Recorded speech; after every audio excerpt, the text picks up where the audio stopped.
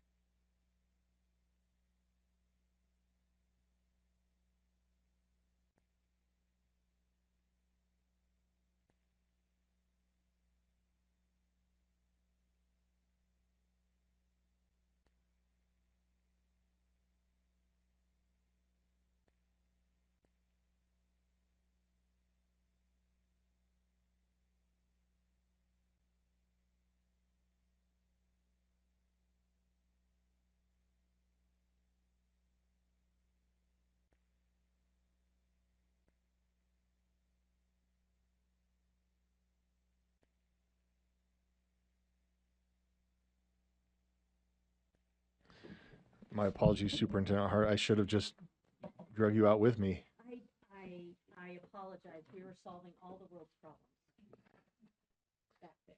Yeah. Okay, so we are on agenda item 7. Let us know when you're there. I don't want you to feel too rushed, just a little bit rushed. Okay. Actually, and let's get the budget report. Yeah. So hit your button at least. I can. Again, my apologies for getting us off time, off our schedule. The first item is the USDB monthly budget update. And for that, I turn it over to the incomparable Deborah Jacobson.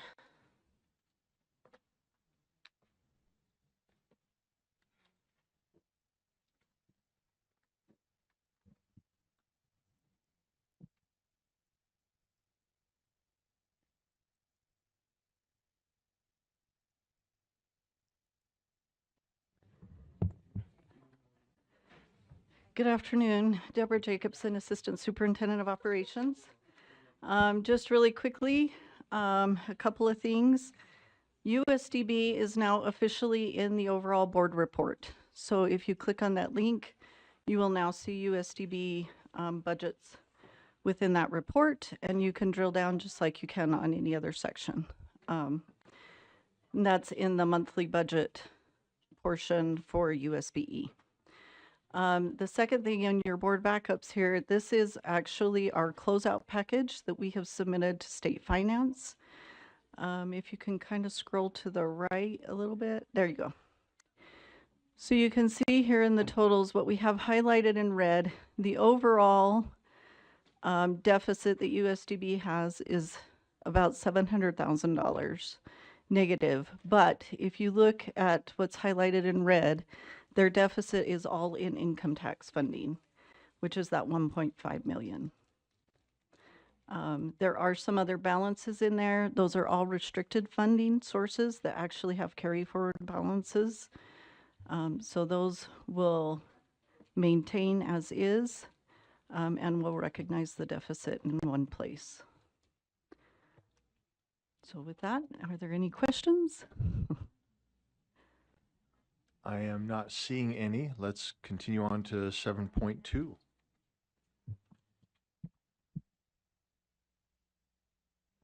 So I'd like to give just a brief update on the activities that I have participated in, but I want to leave the bulk of the time for the schools to talk about, to make their reports. So I have thoroughly enjoyed working with USDB. It has been a little bit of blast from the past. I definitely love being involved directly in the school operations, the operations of a school. I was able to attend the advisory group meeting.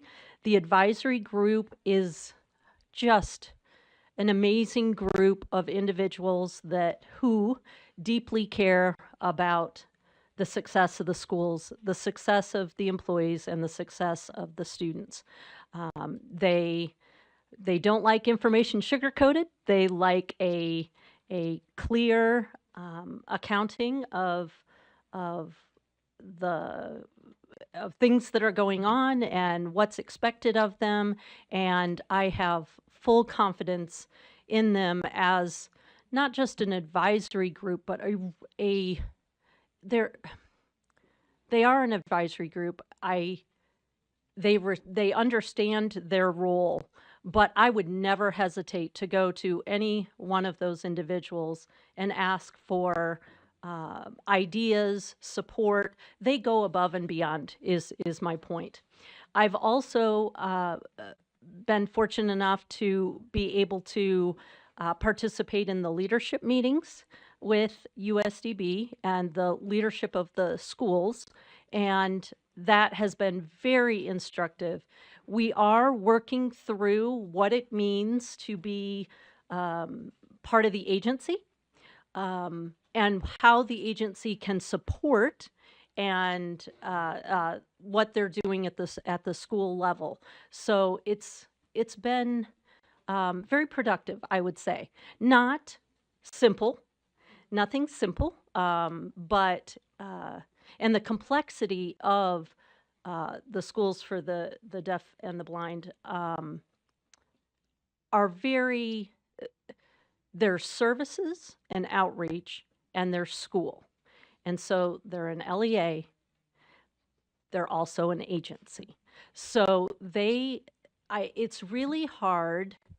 I understand now more than ever the complexity that is USDB. And I encourage you, if you haven't had a chance, go see the different sites and talk to some of the families that are served. It really will help you understand all that we're trying to do as we figure out what right is for governance of USDB.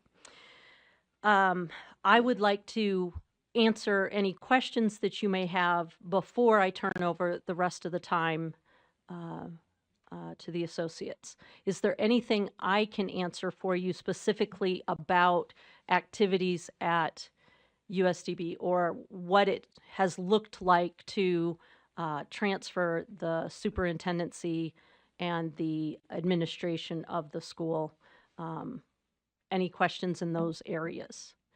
I really please. I also want to mention that we are spending a lot of time with OLAG. Their audit will be coming November-ish. No, yeah, November 18th, I think is the meeting.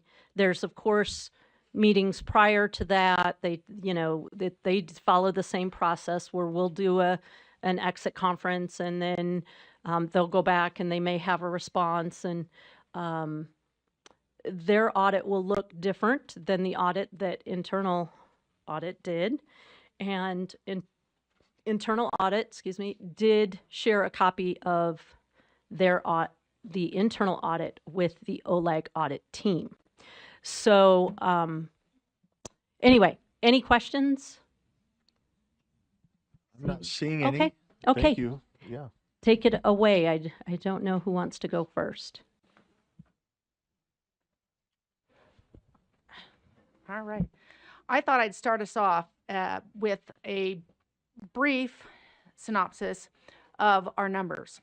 And it's related to what we're talking about with the audit. So if you wouldn't mind, I'm going to try and share my screens. I think I cannot get these items to you in your board packet because the data comes from the end of the month. So that means the end of August, the end of September, the end of October. And so when it wouldn't make it into your board packets. So just wanted to share this with you so you can see. I think I just want to share the window. Nope. Okay. So right here, I wanted to give you, and we have had questions about numbers. And so that was one of the things that the auditors looked at was the numbers. And they've been talking to us about these numbers. Well, we've been listening. And we have been taking account of what they've said and how they've said to help make sure the numbers are solid and that they can be verified and they have backing. One of the concepts they talked to us about was called boundary information, which means that you take that snapshot, you can verify, validate those numbers, and you save a copy so that when they come down to do an audit later, they can pull those copies up.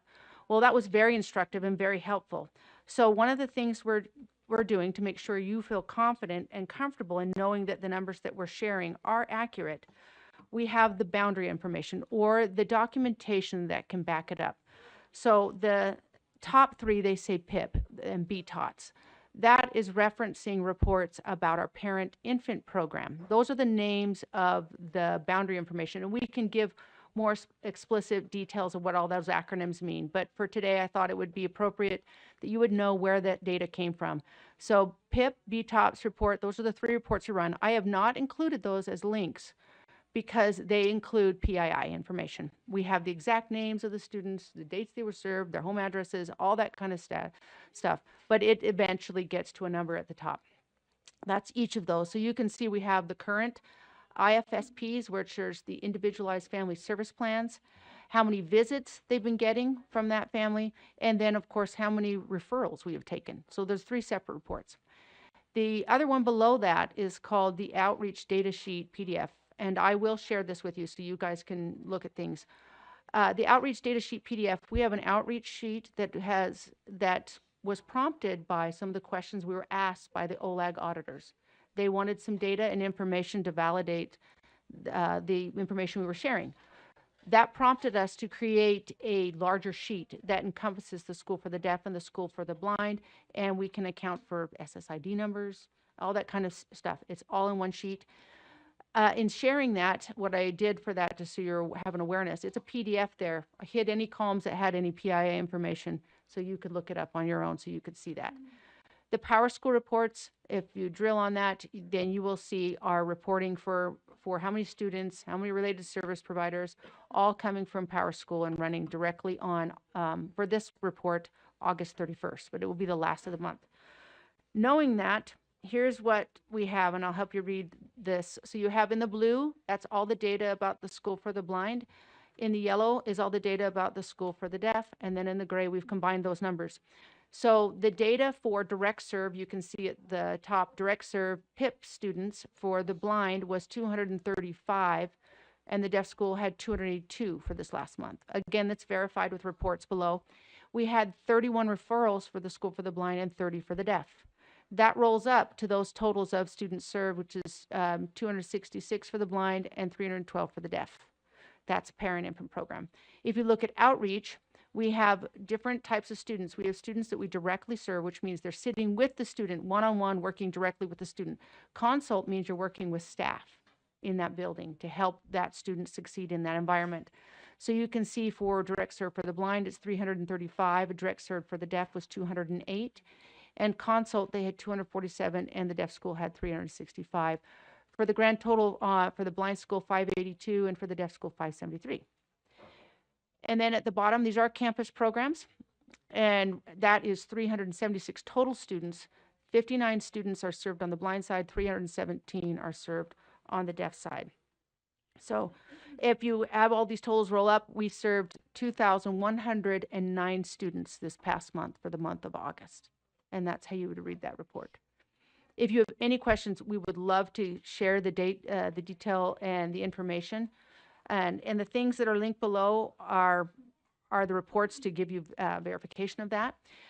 we talk about services, what services. So that was the number of students above. These are the students that were served.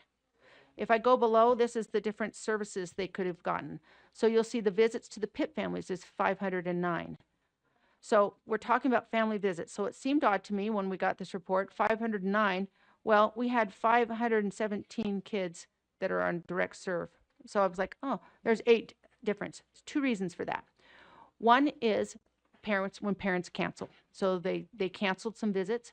But the second thing is once the visit occurs, our staff has 10 days to put that into the system. So those that were the last few days of August may not be in the system yet. Even so, that's why there's less. The number of visits are less. Is because they have 10 days to enter in the rest of their data. Related services, that's a report that runs, and I could show you that. I'd love to show you that report actually, because it's really nice. You can see the kind of data that we have for related services. This is just one, but you can, this is just campus. And then you can see all the related services that students get, and they could get more than one. So this could be, you could be getting, I'd be rare you'd get all of them, but you have several that they would get, quite a few. And so you can see that one student could get several services. And then services to outreach. For example, on the deaf side, we can offer an interpreter, a teacher of the deaf, and audiology services. On the blind side, they've got O&M, TBI, and deafblind services. So one student may receive more than one. So hence the reason you see that there are 1,155 students in the outreach that were served, but there was more than that in services. So I hope that's helpful in understanding our numbers, and I hope you can feel confident in the numbers that we're sharing, that we have backing for them. Yeah.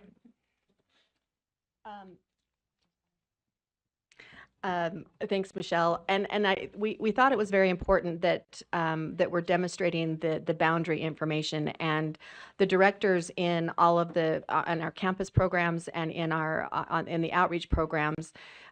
We've since going through the auditing process, conveyed how important it is that they put in, like the annual report that we're putting together, that they put in where they're getting their numbers, and that they and people have access, again, not to person identifiable information, but have access. You as board members and the advisory council have access to as to where we're getting those numbers.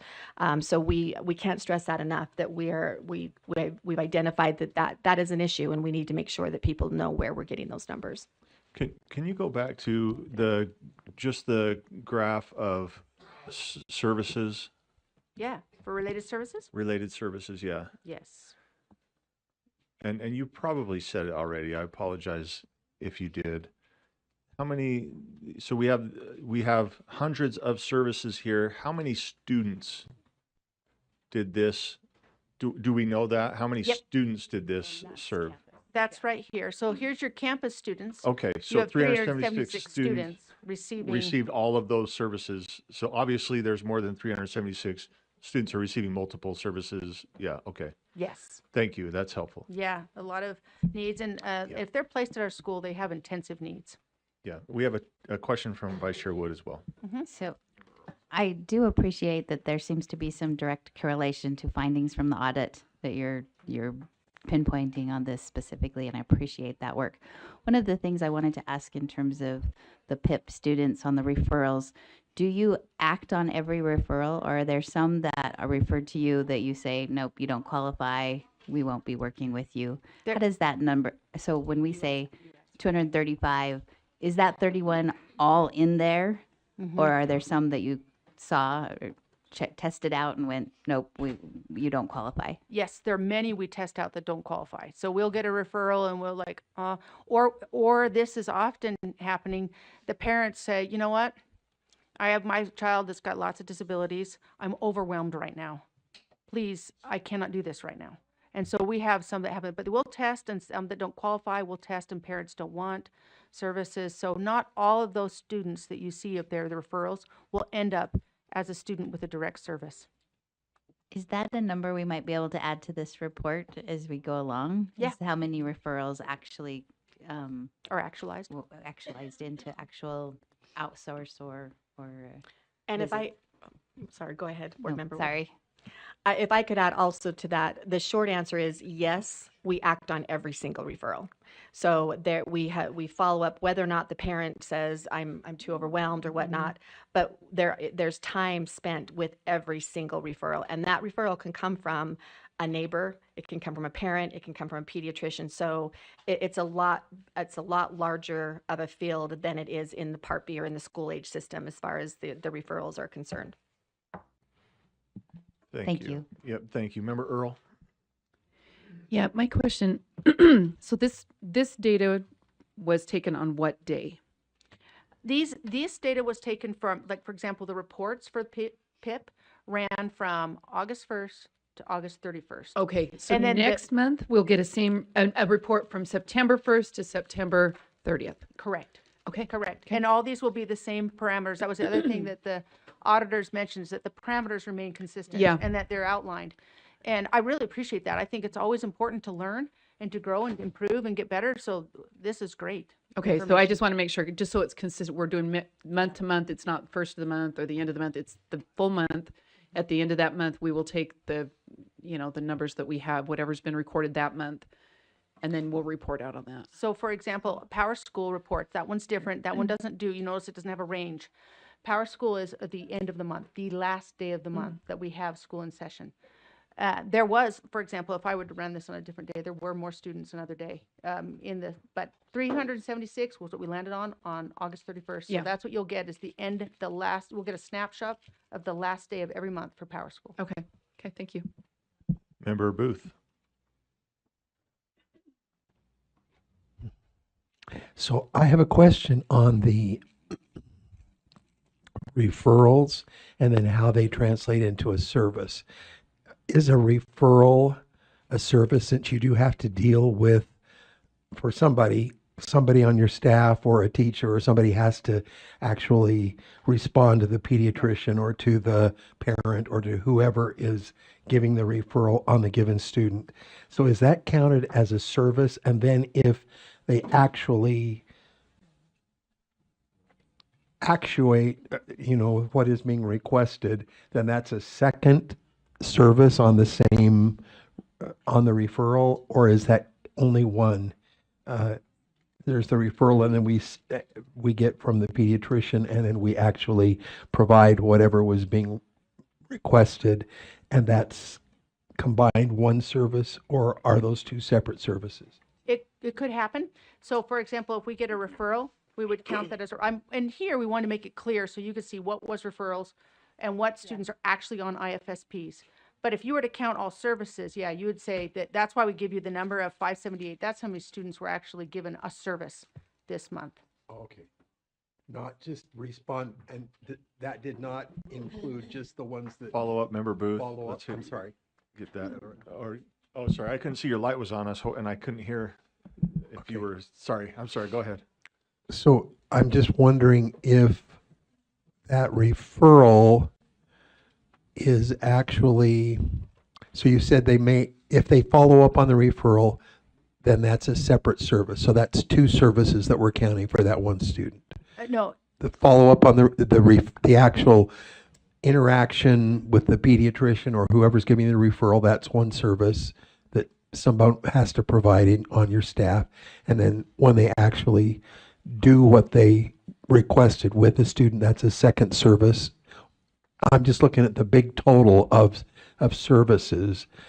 Or is that counted as one service, both the interaction with the person who's giving the referral and then the follow-up with the student for that referral? so they won't show up on the IFSP unless they call a meeting and say, this child now qualifies for an IFSP. So they call a meeting, and of course, that's time of our staff with the meeting, but they wouldn't show up on the report until the IFSP has been called and said, yes, this student now qualifies for services. Okay. So if they got the referral at the beginning of the month, they met, did all their homework, it could be several visits or it could be one.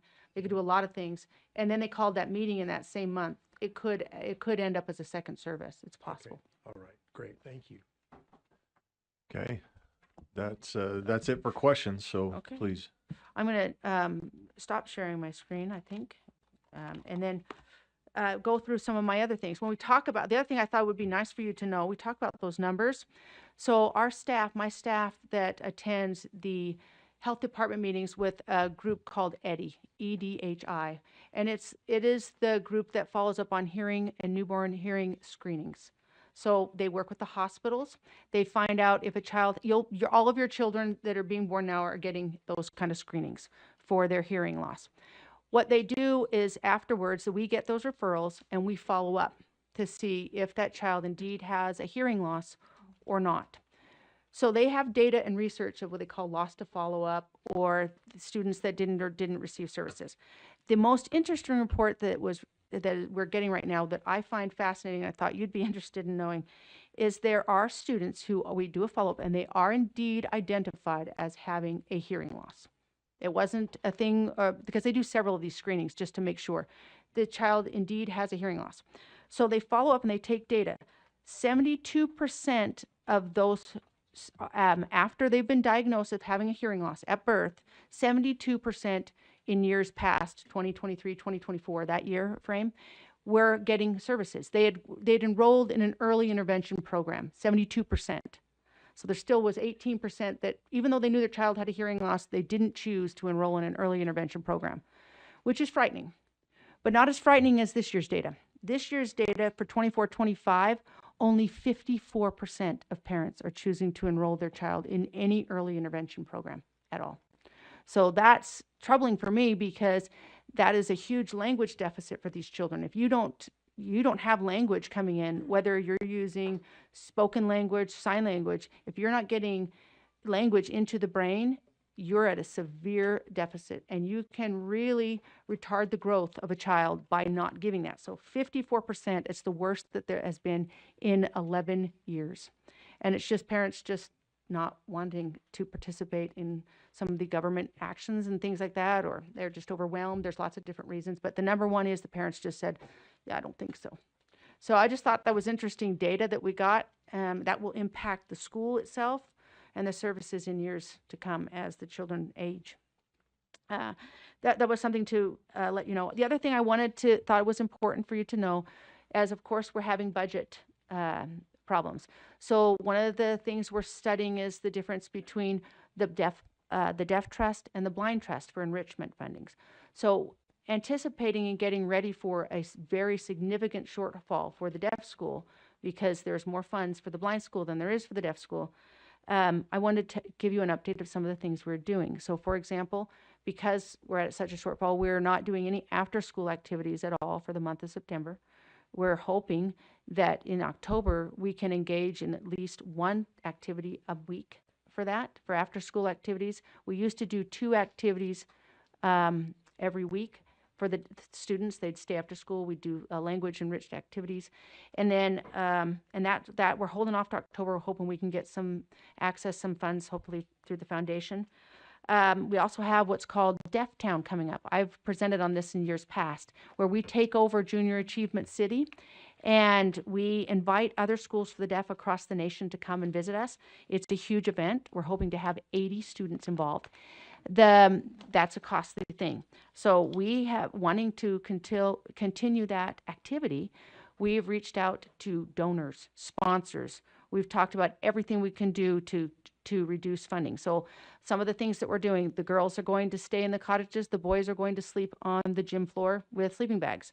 We've reached out to our cafeteria staff to provide the meals that we can have, and we've got, since they can purchase things at a much cheaper rate, they are going to do that.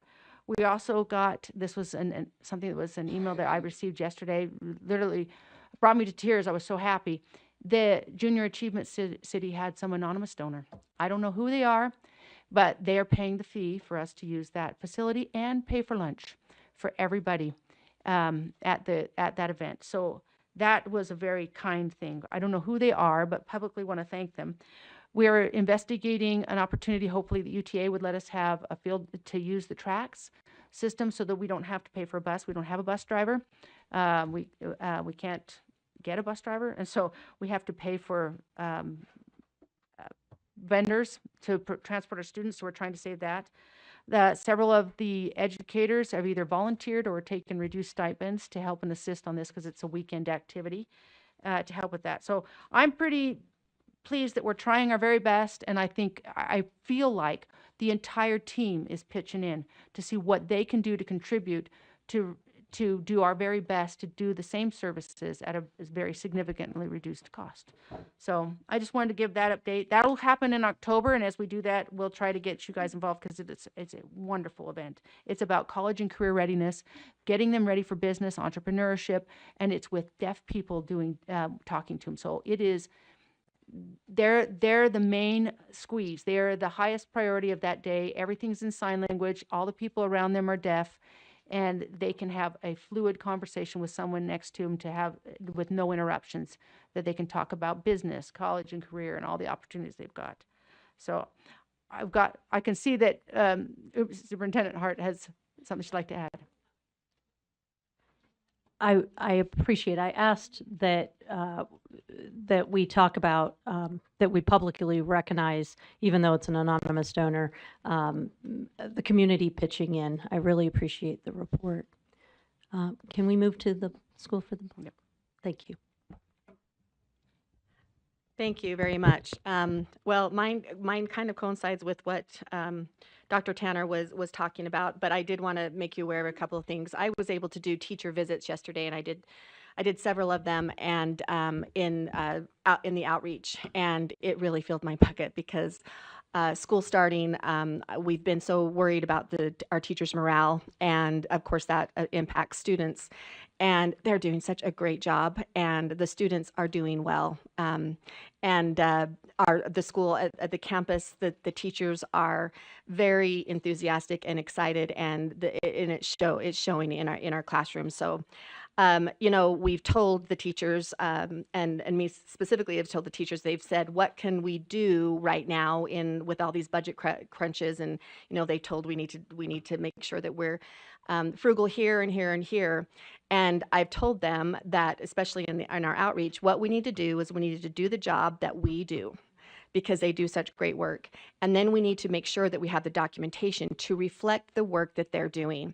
And it seems like that has put them at ease some, because they're already doing a good job. What we need to do is make sure that we have the documentation to reflect that work. So that's gone well.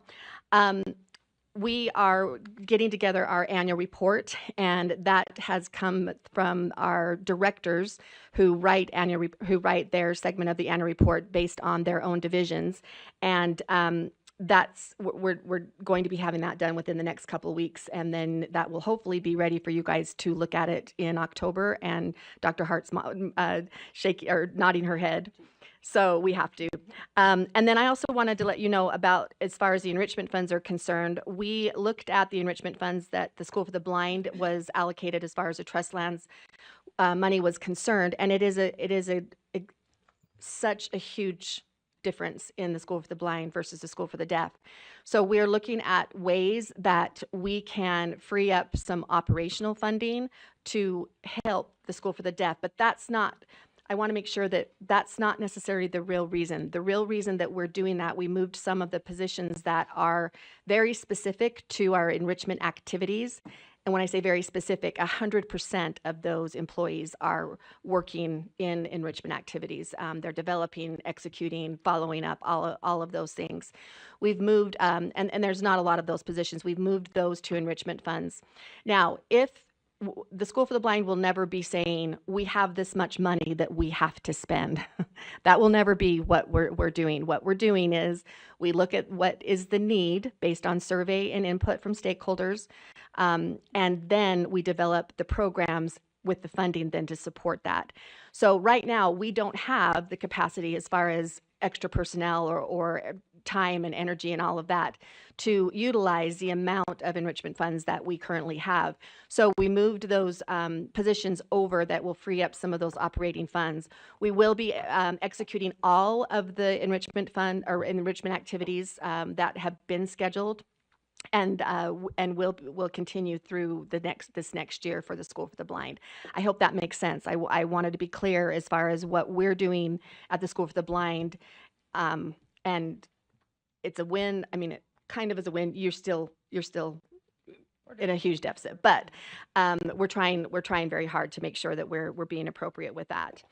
And then I also just wanted to talk just briefly about one of our issues right now are rumors that are going around in the state. And when I say rumors, things get perpetuated and they get, and so we have teachers that are feeling insecure, as you would imagine. And I am meeting with individual teachers on a regular basis to make sure that they understand that these are rumors only at this point. There's nothing been decided. And I've gotten great direction on that from Dr. Hart. We really appreciate her and the support that she's been providing. But I needed you to know that you could hear from teachers that are your constituents that are like, I am terrified that I'm losing my job, or I'm terrified that this is going to change and this is going to change. So I wanted you to understand that what is being happened, that we are addressing each and every concern that comes to us individually. And that's very, very important to us because it's important that they feel that support, and also families that are concerned. So with that, that's what I have.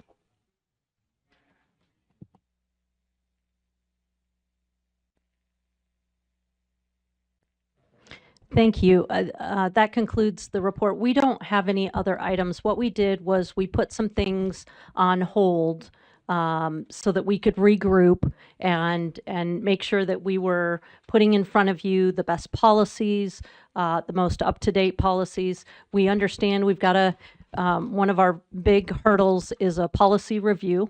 We will be embarking on that, and we'll be waiting for the OLAG audit, some decisions from the working group, decisions from the legislature, and we just really wanted to show that we're very responsive to the audit that came out and that was released today, that we very much appreciate that, and that we're making huge leaps forward, but we're not leaving students behind. Period. End of story. So thank you. Thank you, and thank you for working with staff and parents. I know that this is interesting time, so we appreciate your work with that. That will conclude agenda item 7, Utah School for the Deaf and the Blind board meeting.